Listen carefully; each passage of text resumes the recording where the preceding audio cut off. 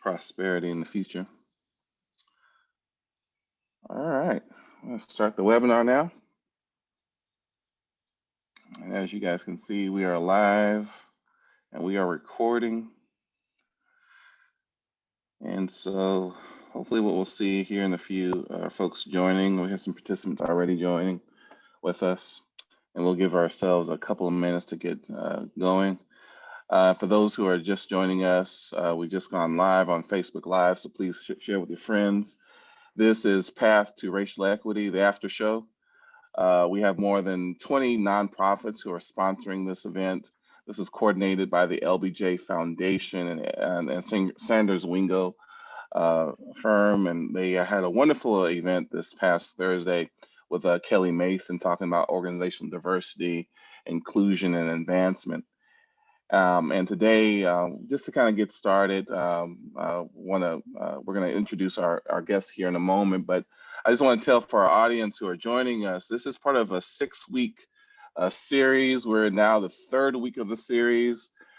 We are recording, of course, but we'll be posting this on YouTube and making it available for folks to join. I'm super excited to actually be here. I have 4 of my friends joining me today to talk about organizational diversity, and they all bring the God-given genius that each of them have to this conversation. And so I'm really excited to hear their opinions and thoughts and reflections, because this is the context that we're dealing with today. Is we have a former president who said that critical race theory was not something he wanted to see in government. We had a change in government, and I think doesn't have to be political. It's just about having this honest, transparent conversation about the importance of race equity and how it impacts our lives. And today we're really going to focus on the impact in our work settings, our organizational culture. And I really want to kind of bring these voices of these really brilliant people that are here in our area to talk about race equity and diversity, equity, and inclusion. They bring in, I'm not going to even pretend like I know the age of everyone in the room, but I'm pretty sure we got over 100 years of experience right here in this room today. And so we're a couple minutes into our where we've begun. Again, we're on Facebook Live. Please tell your friends. And this is Path to Racial Equity, the after show.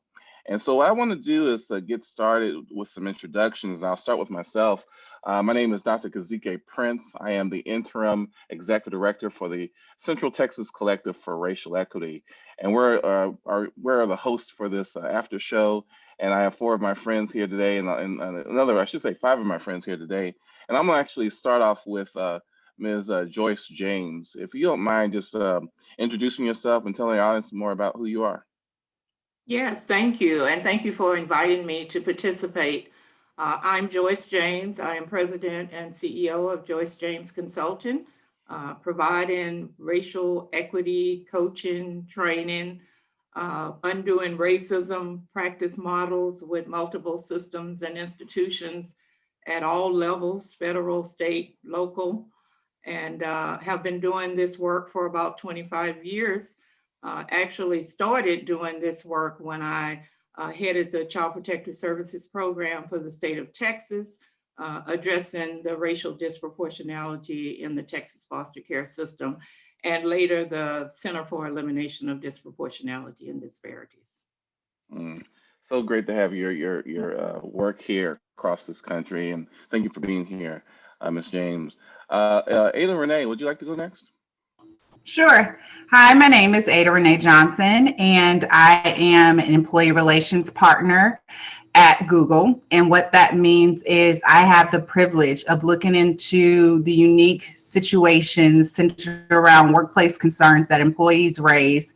And a lot of them do center around discrimination and or retaliation. And the unique position that I sit in is one in which we can observe and document trends so that we can begin to update kind of antiquated policies and procedures to ensure that we're breaking down systemic issues that arise. And I am a talent management and talent acquisition follower. That's where I started my career, and I always point back to it because being in the tech industry, we often hear that there is a pipeline problem, and it actually burns me inside because there's no such thing as a pipeline problem. I find it to be an imprisonment problem, meaning you're unable to release your mind from the bondage in which society has put you in to believe such nonsense. And so with that, Kazike, from the very first hello you and I had, I have been like, yes, he gets me and I get him. And he is solving problems that are really not problems, right? They are observations that people have ignored for far too long. And so I'm excited to be here and excited to have this amazing conversation.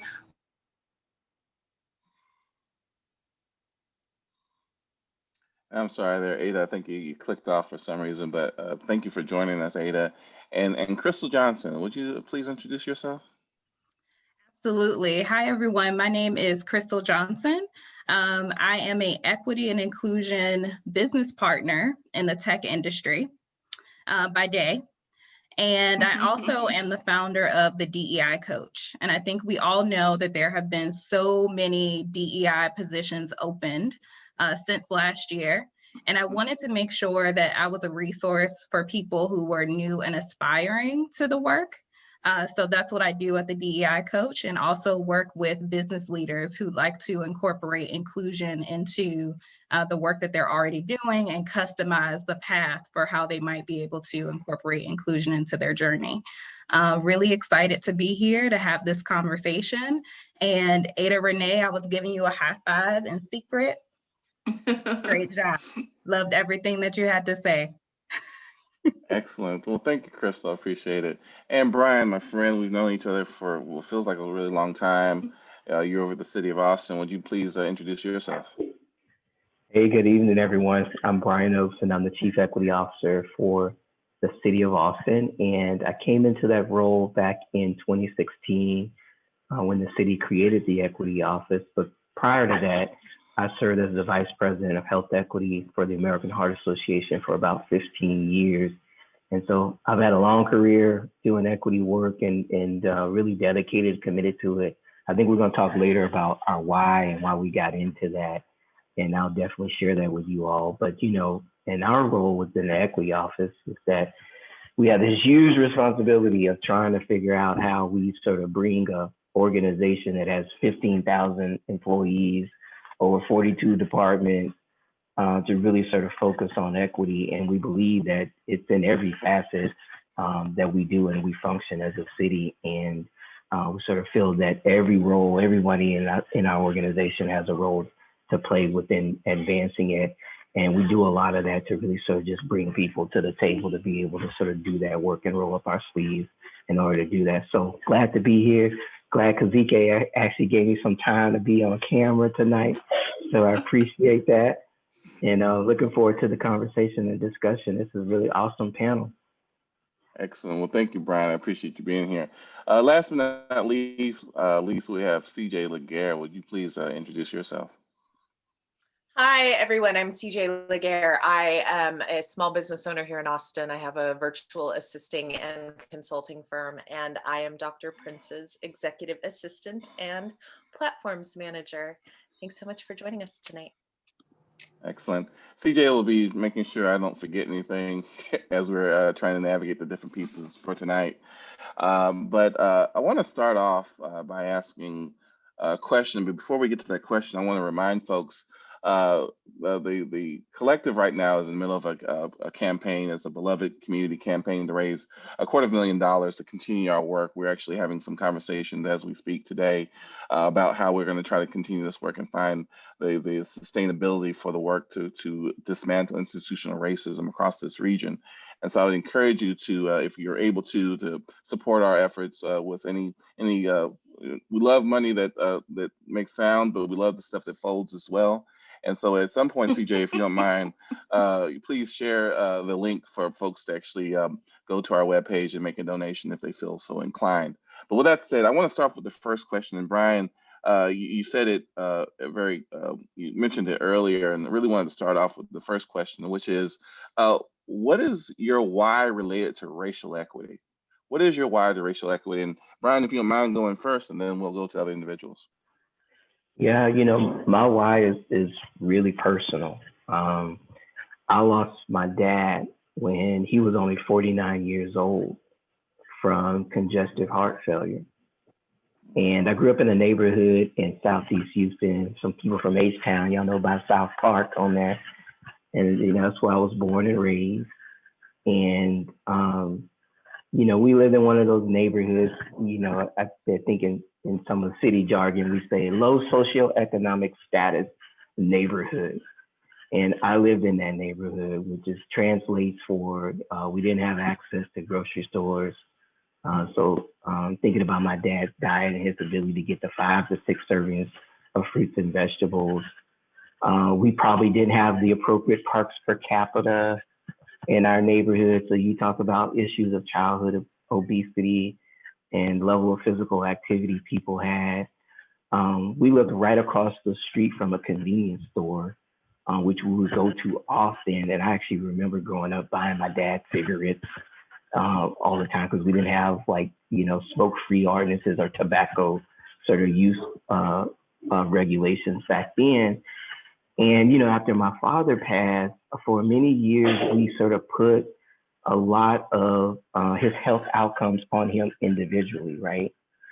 And what we never really interrogated as a family was to look at our community and our environment and how and why our neighborhood was designed the way that it was. And that really began my journey into equity and my journey into really looking at how racism plays out systemically in systems and institutions. Because when you sort of look at the design and the history behind where we lived and what we had access to, it shouldn't really surprise us that my dad only had a life expectancy of 49 years old.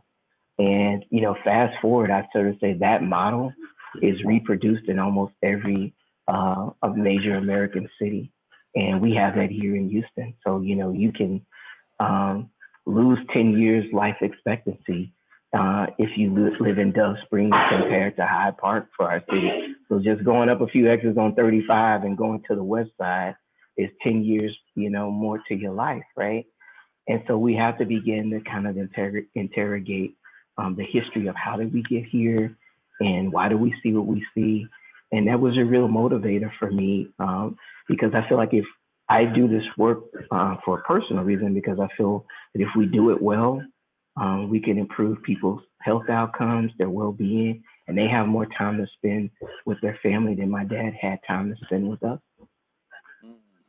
That's I hate to hear your loss, but that's such a, I think, a poignant reflection on how this really impacts our families and the people we love. So I really appreciate you sharing that, Brion. Ms. Joyce James, what is your why for racial equity?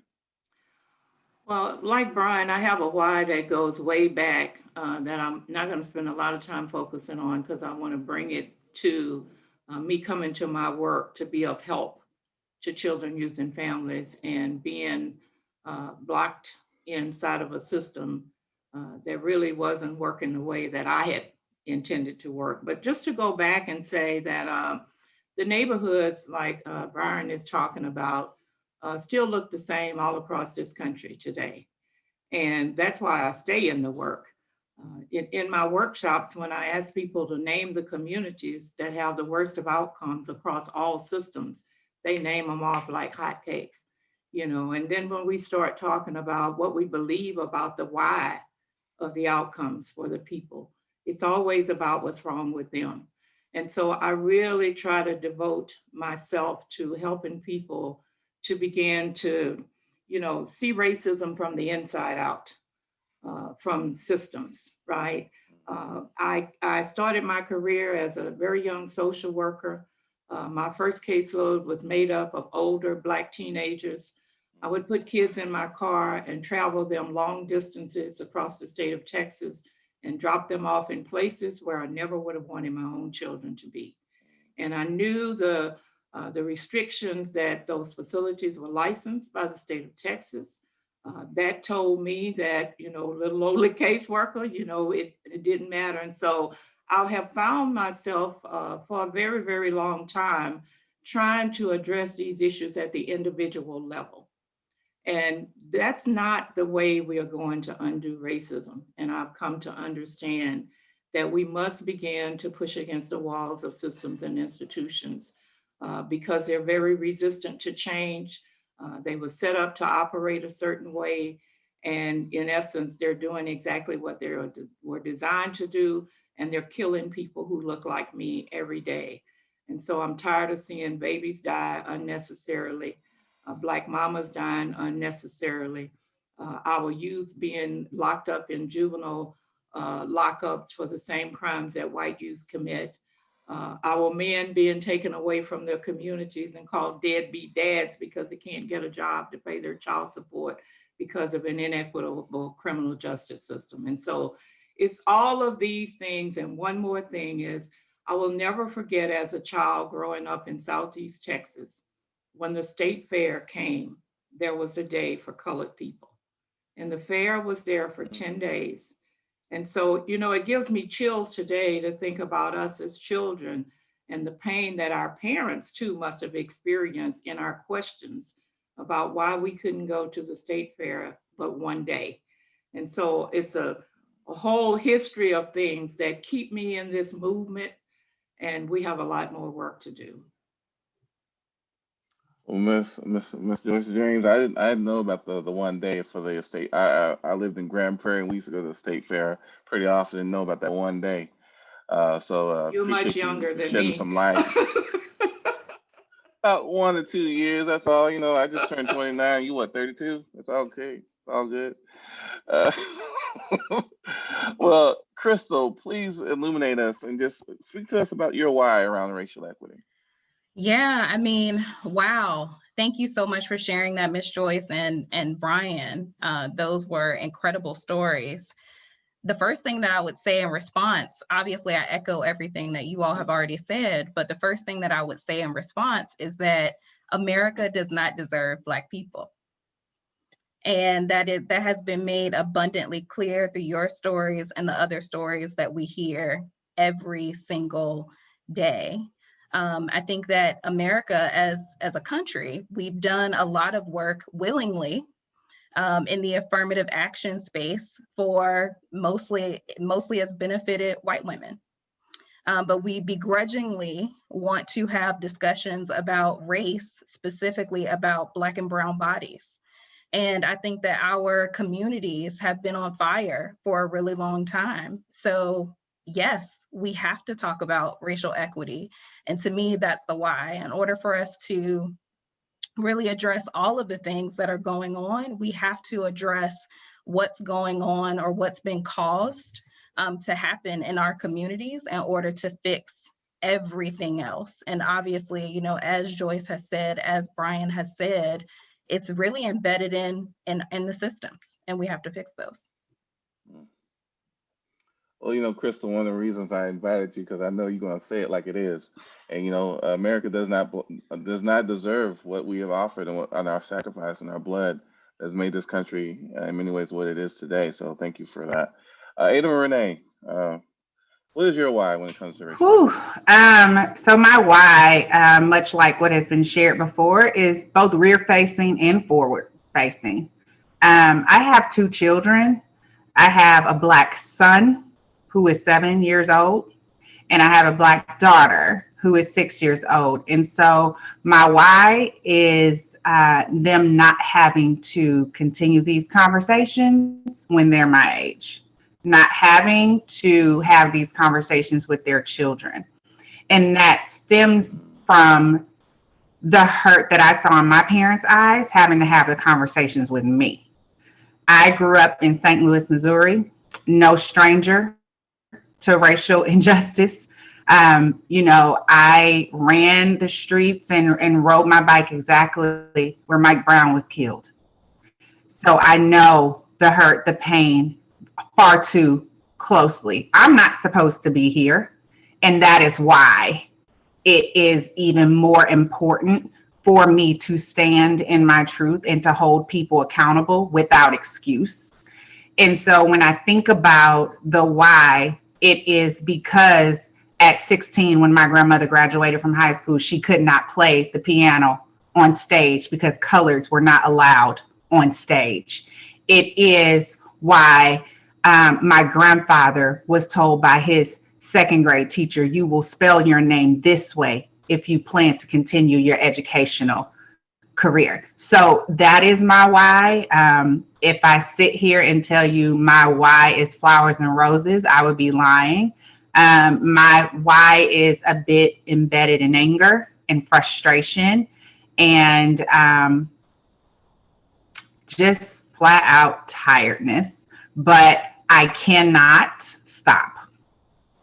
That's not an option. So we talk about our 9 to 5s, and my why does happen in my 9 to 5, but it happens in my 5 to 9 as well. I love that. I love that. The whole wraparound. I really appreciate each of you really reflecting on, like you said, Ada-Renee, what's in front of you, but also what's behind you. Um, I want to transition and talk a little bit more about organizational work, because that's the theme of our day today.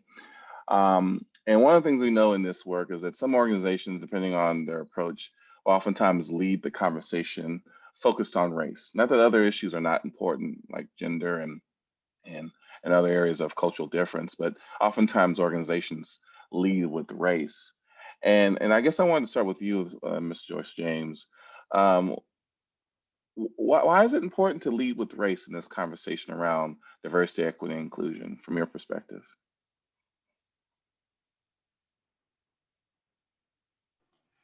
I think it's very critical to lead with race, and I would like to see more and more organizations leading with race uh, because of the fact that, you know, if we can't get to equity without having analysis and understanding of racism, right? And so that piece is if you add race to any other ism, if you add it to gender, right? If you add it to class, if you add it anywhere else, there are different outcomes that people experience. Therefore, we cannot treat it as if it's all the same across the various isms that people will often try to lump it all together. For example, all poor people have similar experiences. We know when you add race to poverty, there are some profound differences across racial lines that exist. We know that all women's issues are not the same. Therefore, if we lead with race, it makes us more effective, in my opinion, in being able to address those other isms in a way that is not about lumping them all together, but understanding that there are some new unique differences and dynamics that have to be dealt with once we understand race and racism. I really appreciate you mentioning that because there are some unique differences. I mean, I saw that growing up, watching my mother as a black woman dealing with things that some of her peers who were white just didn't have to deal with. So it is something that's very important. You know, and Crystle, I'm sorry. just to say one more thing is that I think when we don't lead with race, it's like escapism, Mm, right? And it's like I've heard women say how the struggle for women was and how hard it was to women to enter the workplace. And I always stop and remind them that it has not been the same for all women. And we mm. need to be clear about that. And leading with race and the history of all of those things will help us to have clarity around those things and know that it's not the same. Yeah. Yeah, thank you.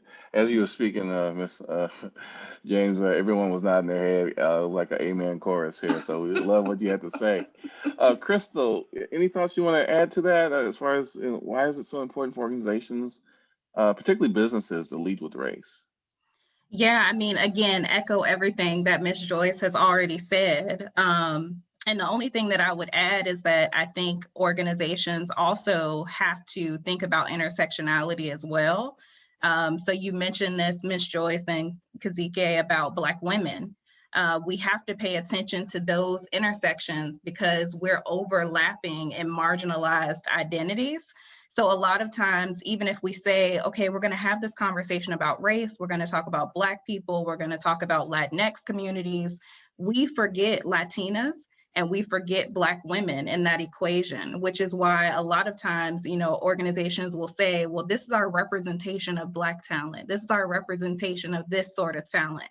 But if you ask them to break down women, underrepresented women, Black women, Latinx women, there are none.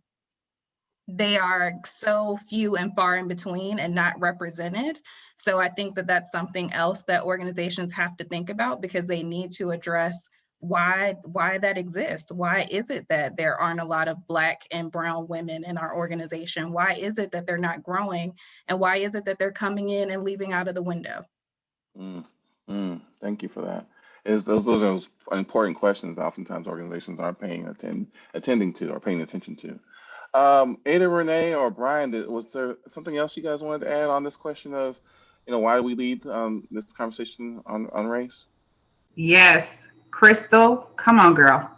Listen, the intersection has to start with a dissection, because when you do not dissect, to your point, you alleviate, you forget, you couple, right? And you try to overcompensate. Why I lead with race is because when people see me, it's undeniable.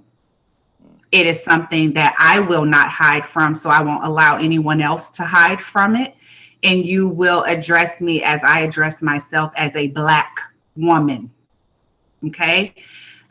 The other reason why I think it is important to lead with race is because of the ability to break down one's interest in creating monolithic responses to a people. And so when we can break that down, we can, to Crystle's point, hold people accountable. And when we hold people accountable, to Ms. Joyce's point, we begin to break down those systemic issues and silos that have continued to build up and fester within a company. And while we see movements move far faster when you only look at gender, as we begin to break down gender identities, we will also begin to see those mirror a lot of racial identities and ethnic identities. And so if we don't get it right now and fix what is in front of us now, it will only get worse for the intersections that have not yet been introduced and or named. I love that, Ada-Renee, because you remind me of how focusing on race allows us those issues to reverberate through the other intersectionalities and identities that oftentimes our unwillingness to deal with the issue around race, it doesn't kind of translate into the other concerns that many of us bring to the table as well. Brion, I want to give you opportunity. Why do we lead with race? And you've been doing some incredible work at the city around this.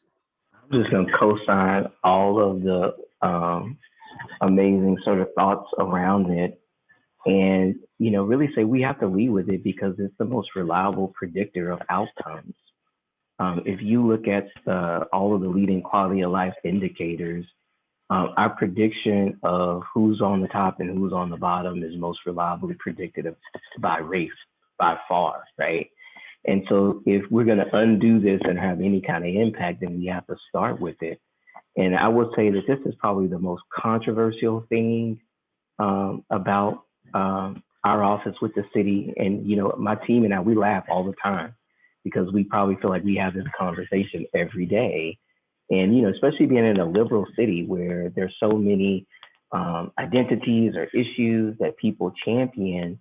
And, Ms. Joyce said this, that if we were, for example, focusing on seniors, I would ask you, well, what are the chronic disease rates for seniors by race and ethnicity? So who are we talking about? If you were to sort of say that I'm going to work on a pay equity issue for women, and I would sort of say, let's break down pay equity by race and ethnicity, I'd tell you white women make more on the dollar than Black men. So who are we talking about? And so I think that sometimes there is a tendency for us to feel comfortable, especially in equity spaces, with maybe leading or addressing other identities and sort of not sort of centering race. And we sort of say that you have to center it. It's probably going to be your hardest one to center. probably going to make people the most uncomfortable to deal with in center, but we're going to be just spinning your wheels if you don't really start with it. And, you know, in a lot of the workshops we do, we give people a trick question. We usually say, when did women get the right to vote in the United States? And what does everyone say? 1920, because we were taught that in school. But I'm asking my panelists, is 1920 true that all women got the right to vote? Right. No. Right, because what women were excluded from that, right? Black and brown women, indigenous women, they didn't really get the right to vote to this country until 1965. 65. Right, and we use that as an example to show what happens in a movement where you don't center race, right? And how quickly when you don't center race, people of color will get left behind. And that's our history in this nation. So I think it's just imperative, it's essential for us to really lead with it and have race centered in everything that we do in this space of DEI. I love how you guys just drop this knowledge to our audience and really break it down in all the ways that you guys have spoken today, and I really appreciate it. I do want to remind our audience, whether it be on Facebook Live or through our Zoom, that we do have Q&A. And so we are going to spend 15 minutes at the end as the plan to have responses to any questions from the audience. But I want to move on to our next question. And I want to talk about color blindness. You know, it's a thing I think all of us have become quite familiar with. And I guess I wanted to hear from each of you, if possible, why is color blindness still an issue that we struggle with? And then the second part of that is how might we navigate it when it arises? So why is it still a struggle, and how do we navigate through it? And I'm gonna start with you, Crystle, if you don't mind. You know, this whole color blindness thing. Well, clearly everybody on the line was annoyed when you said color blindness, because we're all like, again.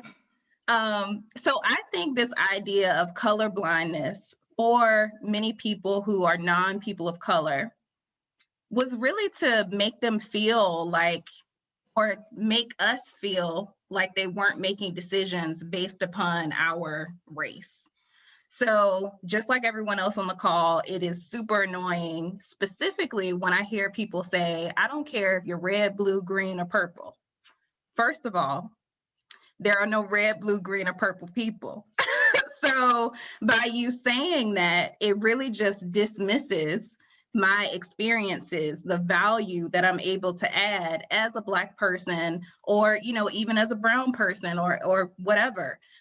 It dismisses your humanity when you speak to people in that way.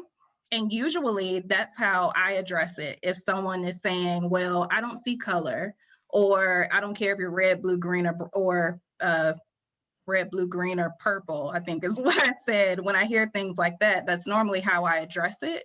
Just letting them know that if you don't see color, then you don't see me, or you don't see any other person that is a person of color. And usually reminding people of that is super helpful, and getting them to come back down to say, okay, well, I thought it was nice of me to say that I'm colorblind, but now I understand that it's actually not helpful in the conversation, and it's not helping us to move forward. Thank you, Crystle. Hey, Renee, I'd like to hear from you. You know, why are we still struggling with this, and how do we navigate it when it comes up?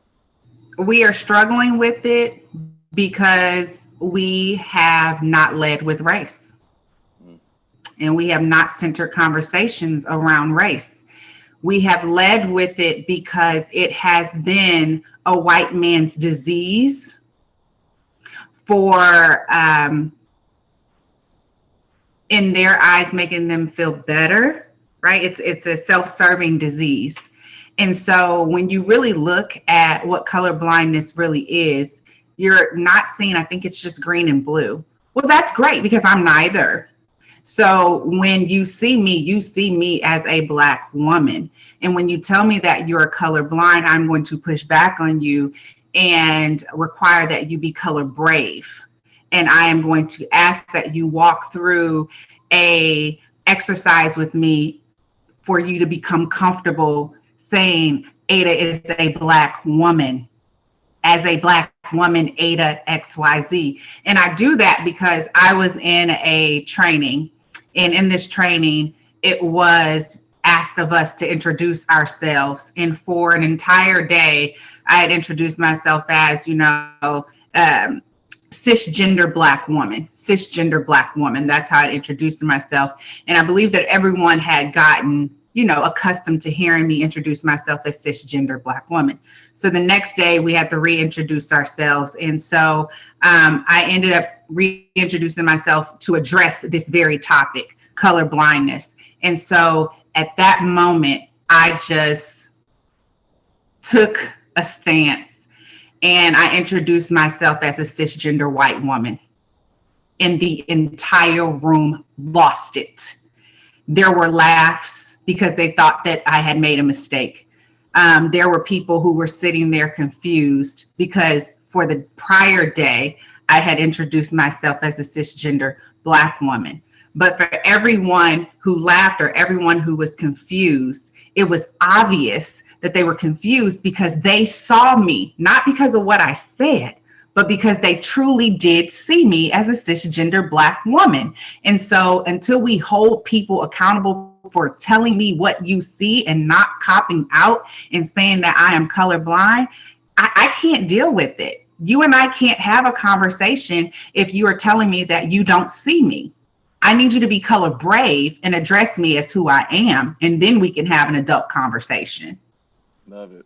Sometimes you gotta name it and claim it, like they say in the Yes. church. Color brave is what we're asking for. And That's what they say. Write the vision, make it plain, right? Make it plain. Make it plain. Brion, I've worked real closely with you over the last several years, and I know there's still stories in our government here in Austin where you have people who are I just don't see color. And I know it's something you guys are still having to deal with. And so for me, same thing, man. Why is it still a struggle for us? And how do you solve for it? I joke, I say, my number one red flag for an organization is the one that says, we treat everyone the same. And that's always the first red flag. But there's so much stuff to unpack with color blindness. I sort of really feel like it's a very insidious piece of how racism works in our community. And I think a lot about our history. And I say it's insidious because we are a nation that is forged and rooted in racism and violence, right? Explicit racism. And, we went through the 60s with the civil rights movement. And so we said, okay, it's not lawful to sort of explicitly be racist as in our history. So we're just gonna pretend that it doesn't exist or that we don't see it. And I would say that many of us grew up in those generations where we were socialized and taught to pretend that we don't see race. And I think what's interesting is that when we do a lot of work with our department, especially white folks within our department, they actually feel like that it is rude for them sometimes to sort of sit in a room and be able to acknowledge color. We actually watch or look at images from Hurricane Katrina, and it's amazing how much time people will describe the image, but they won't ever say, I see Black people, right? And they almost feel that it's a rudeness to do so. And we say that if you can't see that, then you can't help us undo that. Don't do this if you can't see and acknowledge it. And to sort of create the space to say, it is okay, and let's be confident in acknowledging that we live in a very racialized society and a racialized America that makes decisions on our race every day. And we can't really ignore that. And a lot of times, I sort of tell folks, I had a colleague one time who told me, Brion, what your problem and your challenge is with all of this racial equity stuff is that you keep putting identities and labels on people. And if you just sort of took away these labels and identities that you put on people, then all of this would go away. And my response to her was, when the cops show up, I don't have to give them any label. They know And so I am clear where I stand in this construct and what my relationship is. And I don't have the liberty to just say that I don't have a label, because I am clear how the United States of America responds to me and the spaces that I go in as a Black man. And so I just think that we have to sort of reprogram folks to get away from this socialization that for us to acknowledge or to say that we see race is seen as sort of a rude thing, or, or that you can't do that, because it happens every day, and America makes decisions about us every day, whether we like it or not, through a racialized lens. You remind me how important it is to acknowledge that, people make it seem like it's so simple. Just if we just wouldn't do this, if we just wouldn't throw this stamp on this, as if it wasn't given to us in the first place. Oh, she has sent me an article. Of course, there's always an article, right? Well, let me see your article. She sent me an article that said, it starts with your children. So stop, you just stop labeling your son, and don't let him know that, and don't give him that label. You'll be okay. Well, you also remind me, Brion, and I'm sorry, James, we'll get to you in a second.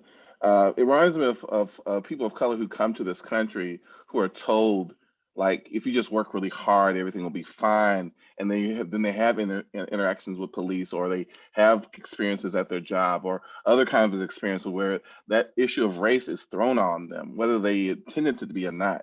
And so it kind of just proves your point again, how race is something that's given to us, not something that we just kind of throw out there. Ms. James, I'm sorry, I really want to hear your thoughts, because you come from your experience as someone who's worked in the state, across this huge state that we're in, Texas, and here locally here in Austin. What's your sense of why we still struggle with it, and how do we navigate through it? I think it's a cop-out, because it wants to assume that there's equality and fairness across the board. And so it's a way to say all things are equal, right? We just see everybody the same. And what I use in presenting that to folks is to say, when President Lyndon Johnson signed the civil rights legislation, the narrative was as if racism died with the stroke of a pen, because that's really when we started to talk about color blindness, that race is not a factor in what is happening to people anymore. And we actually moved away from saying that people were not equally situated because of racism, and because they didn't have access to systems and institutions that had been intentionally set up and designed to serve, benefit, and privilege white people exclusively.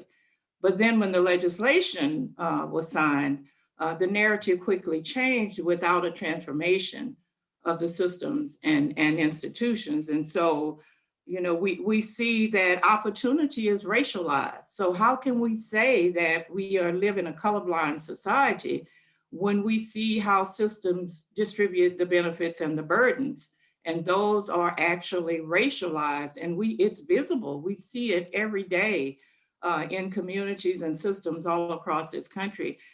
Just a quick story: when I was hired to lead Child Protective Services for the state of Texas, and Texas is a state administered system, so I was responsible for like 254 counties. And we had a huge state office. And when I got there, there were only 2 other Black people in the whole branch.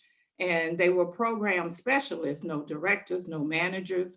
And so as we started to do the work of undoing racism, we started to see a lot more diversity.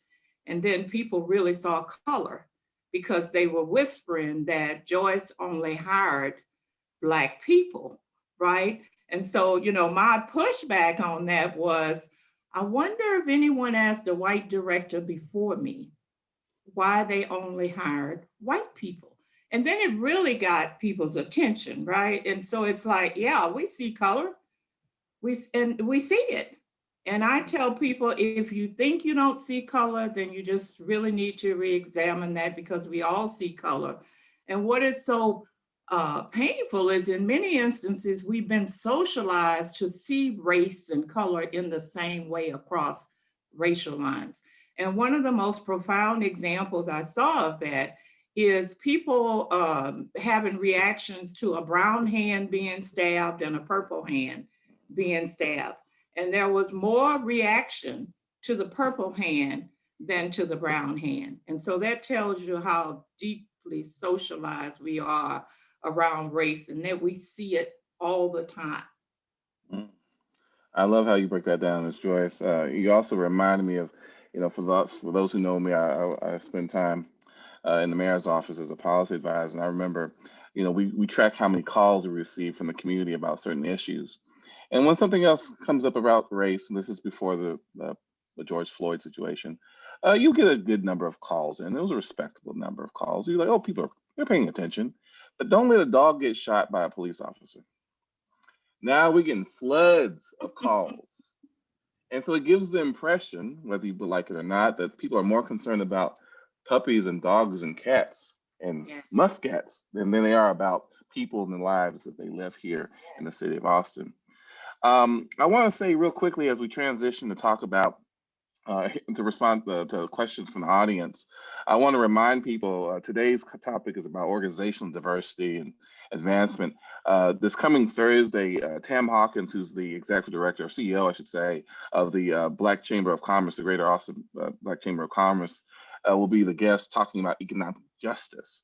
And then on next week, on Tuesday, Preston James, who's head of Dev Inc., will be he'll serve my role as host, or I'll be the host. He'll be the moderator for the discussion talking about economic justice. And what I want to do is I want to go to a question from our audience, and then want to also encourage others to submit questions as well. And this one is for Ada-Renee as well, but I want to include others as well. But her question is, what would you most like to see from white women doing DEI work? Well, I want to remove the intent, one, and focus on the impact. So no more well intentions, okay? Let's be more impactful. I would like for white women to take a page from Jane Elliott and agitate. Being an ally is not enough. We know that. Being an ally has been badgealized, meaning one can raise their hand and say, I'm an ally. I get a badge, a gold star for being an ally. But what have you done? You have said things, you've thrown money in places, but what have you done? Where have you used your privilege to break down systems that have negatively impacted people of color? Where have you stood in the gap and owned relationships to not cause additional harm on people of color? Where have you done the work and not asked to be brought along on a journey? If you have raised your hand to stand in this space, it is going to be a constant educational journey. And it's a constant educational journey for white women as it is for Black women and Black men and other races, because our lived experiences are not all the same. And as this world continues to turn on its axis, we are learning how to navigate the ambiguity associated with our race. Yes, there are situations that we can look back on and say, this is probably how this will play out. But we're dealing with our ancestors' strengths, but we're also dealing with the privileges that have been passed down through whiteness as well. And so there comes a heavier hand today than what we probably have seen in the past. And so I am looking for white women to not stand with me. I need you to stand in front of me. I need you to understand when I say I am tired and I cannot have this conversation, that you respect that space and not make it about you, because it's never about you. It's about me. When I say I am tired, I'm saying I am tired. I'm not saying I'm too tired to have this conversation with you, because it's not about you. And so I think that those are the few things that I am seeking for white women in this space.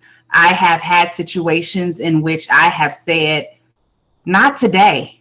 And I have had white counterparts say, okay, great. Tell me what you had on your calendar. I'll take it. No questions asked. that is showing up as more than an ally. That is someone saying, I will be your burden bearer. I will be your heavy load carrier, and I will make sure that no additional harm comes to you because I don't know what it means to be in your space. I'm not going to fake it. I am not going to sit here and observe you to the point where I can attempt to mimic it. It is simply saying there is work to be done, and my Black friends, my Black colleagues, those Black individuals that are out on the street not getting what I have access to need me, and you're providing that.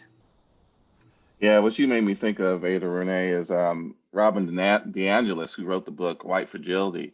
And some people have been calling her to task as a white woman in this space around diversity, equity, and inclusion about what else is she doing to create the kind of changes looking, because she's actually taking the privileges of things Black and brown and other folks have been talking about for a long time, but she's getting a whole lot of love for her book that she put out. Oh my goodness, the love is real. You know, she sold out on Amazon. She sold out at every major bookstore.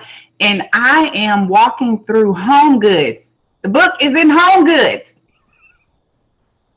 Home Goods. You know, so yeah, absolutely. She is reaping the benefits of a hungry society and I read the book, right? So we all know what happens when Oprah puts a book on her list. Everyone floods to get it. And so White Fragility was the book this summer. Not by Oprah, but by every Black person and or white individual who considered themselves woke. That was the book that you needed to read as your introduction, right? Don't go causing additional harm and talking to Black people and asking them what you could do. Read the book first. And so I want to know what more from her as well. I want to know how has she agitated a system and used the privilege and the monetary gains from that book, specifically this summer alone. What has she done with that? And what is she going to write next? Because her white people need her.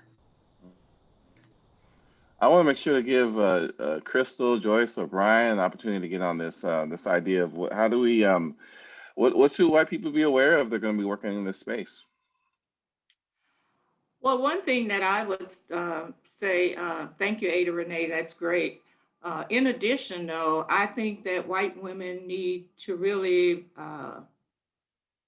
learn to follow the leadership of women of color, of Black women, to trust in the leadership of Black women, to believe that Black women can lead this work, and also to stand in the gap with them when they need relief. Because, you know, what we see happening is people will say we need white voices. We do need white voices, but we need our voices elevated in this work and in this space. And, you know, people have said to me several times, I've gotten comments that maybe if you had a diverse team of people presenting this work, that might make it, you know, people might be more. And I say white people have done this work by themselves for generations. And they didn't need us. And so I'm not to the extent that I think I just have to have a white person. Now, if I need someone for some experience or whatever, I'm not saying that I'm completely closed to that. But it's like we don't have the trust we need to have to lead and do this work in this space, because we're still seen as inferior to white women. So when they step out, people hear them. It could be something we've been saying all along, but they are heard. And so white women in this space need to understand and have an analysis of institutional and structural racism.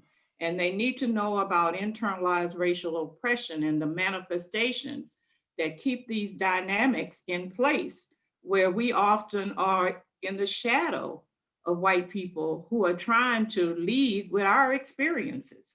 And so I think they have a lot to learn in this space if they really are interested in helping us to navigate and be on this journey to undoing racism. I mean, many of us know that Elvis Presley would not have been Elvis Presley if he hadn't instilled half his ideas from Black folks. And I think that's essentially what we're talking about. I want to hear from Crystle or Brion and things you guys want to add on insights you want to provide white women who are doing this work around DEI. I mean, I don't really have anything substantive to add. I would just say, don't be Robin DiAngelo, and I'll just leave it there. Keep it simple. That's what I love.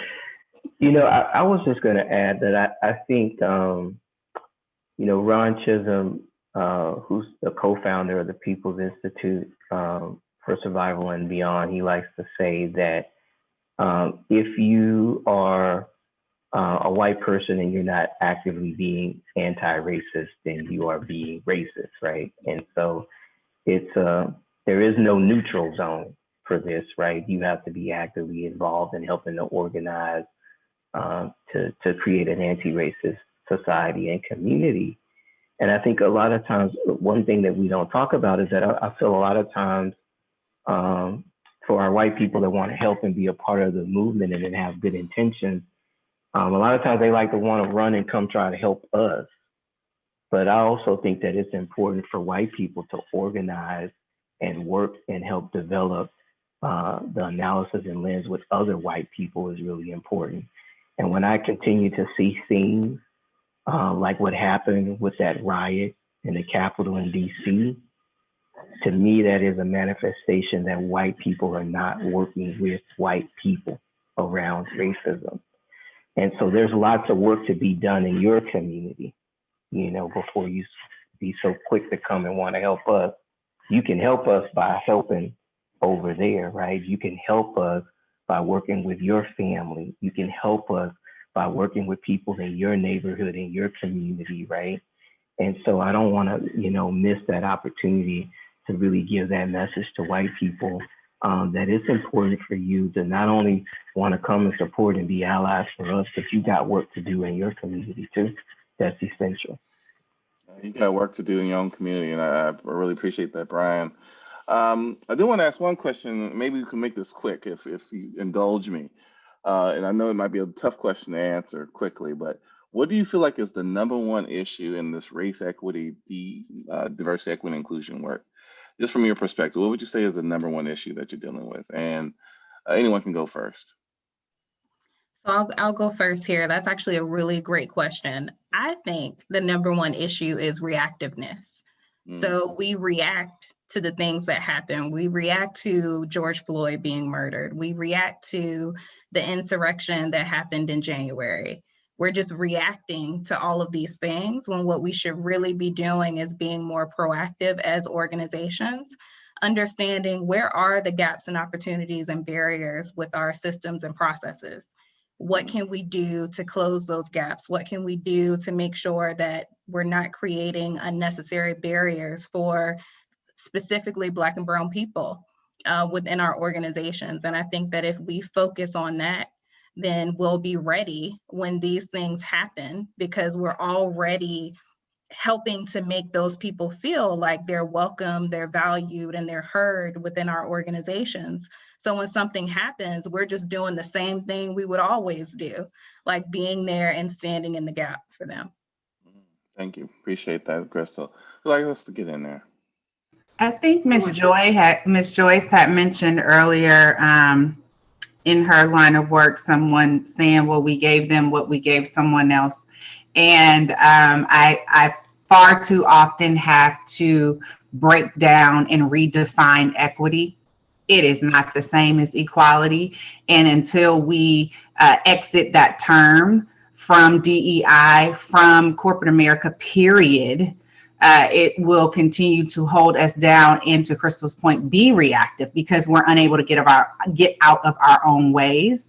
And so once we allow for equity to stand and truly be what equity is, and look at every policy, process, procedure with an equitable lens and not trying to be equal, then I think that we'll begin to make some more proactive decisions and begin to think more broadly and forward in our approach to solving some of the systemic issues that we already have in place, and not allow for additionals to be built.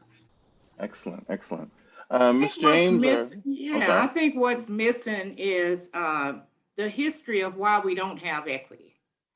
Mm, What is the history of racism in this country that is underlies the fact that we don't have equity, and so understanding that really helps to move the burden from individuals because the way we in the broad context think about working towards equity is that we have to do something to fix the people so that they can get right and have good outcomes. But when we know the history of racism in this country and we understand what has happened to people versus what's wrong with them, then we're more likely to put in place the right strategies to really begin to move us towards equity. But we have to understand that it's going to take a long time for us to have equitable outcomes because we're talking about what 57 years since the civil rights legislation that suddenly decided that we were all equal. And so trying to treat us equal actually widens the inequities because it doesn't work.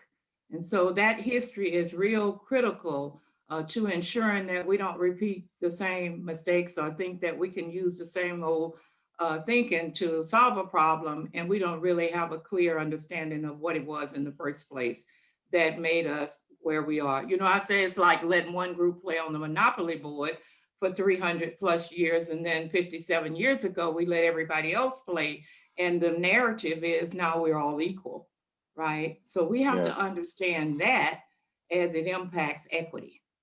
Oh, thank you, Miss James. Brian, you want to add anything before we wrap things up? No, I just added, I'm like, all the properties are bought up. Every time I land on a space, I gotta pay somebody. It's like the safest place is in jail. Mm-hmm.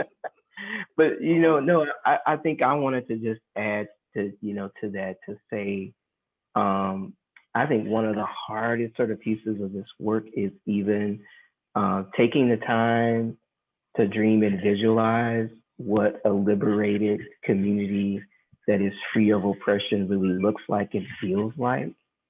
And I actually had an opportunity to do a workshop with a group that called themselves Afrofuturists, and it was all about really sort of dreaming and imagining what our future would look like. And I found myself initially in that workshop being so annoyed with, why am I wasting my time on this? I have stuff to do. And I had to catch myself, and I caught myself because I said, you know what, Brian, if you can't dream or visualize what this looks like and what we're working towards, then we're never going to get there. And I don't always feel like we, spend the time to do that as a collective in terms of how we dream and how we visualize together. And that's something that I'm personally wanting to do more of in the work that we do, and really sort of having shared visions with others, because we really can't get to the deeper transformational change and thinking that we talk about unless we can really dream about what it looks like and what it feels like when we get there. Mm. And I just say, and we need that for our children. Mm. See, we can only hope and dream now as adults, right? I mean, not to say we didn't have any, but we are getting more of an open space to hope and dream. But we have to hold systems accountable for not squashing the dreams of our children, lest they be where we are when they're in the position or age where we are. That we have to begin to have accountable institutions that really instill and inspire the things that parents generally tell their children. Yet when they go to school and face low expectations, those hopes and dreams get squashed. And so we have to have that space and make sure that they are allowed to have those hopes and dreams. Beautiful, beautiful. I can't tell you guys how much I appreciate each of your thoughts and spirit and emotion and perspective that you brought to this conversation. This is the After Show, Path to Racial Equity. You just heard from really powerful individuals who are doing this work every day in our community. And I wanted to say thank you to each of you for your heartfelt contribution to this conversation.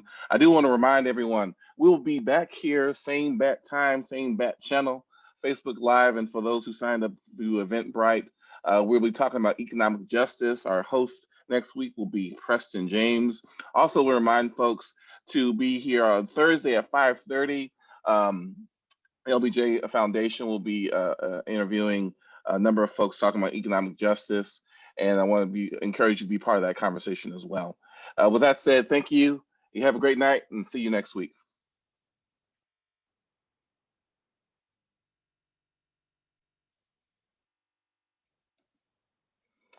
All right, folks. Thank you so much. Let's stop. Stop recording. Yes. Cool.